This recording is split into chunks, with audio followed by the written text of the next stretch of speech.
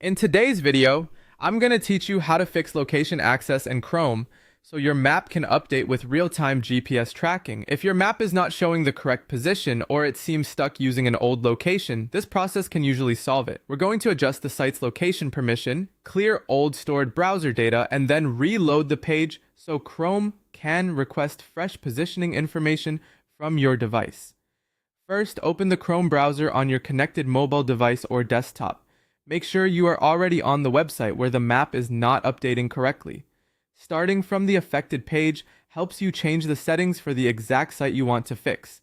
Next, look at the address bar at the top of Chrome. You should see a lock icon next to the website address. Click or tap that lock icon to open the site information menu.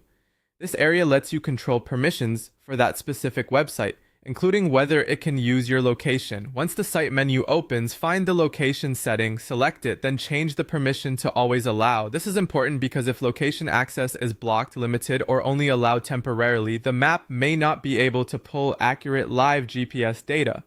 Setting it to always allow gives the website consistent access to your device's location while you use it. After that, clear the browser's site cookies and cached data for that website.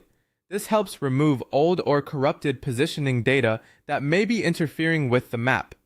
In many cases, Chrome stores temporary website information to speed things up, but if that stored data becomes outdated, it can cause the map to load an old position instead of your current one.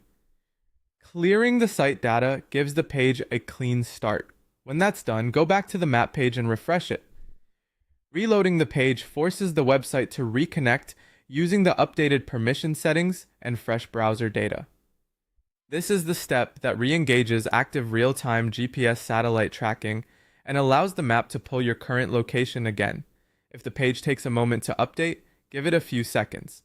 Sometimes the browser and device need a little time to request a new location fix, especially if the signal was previously interrupted.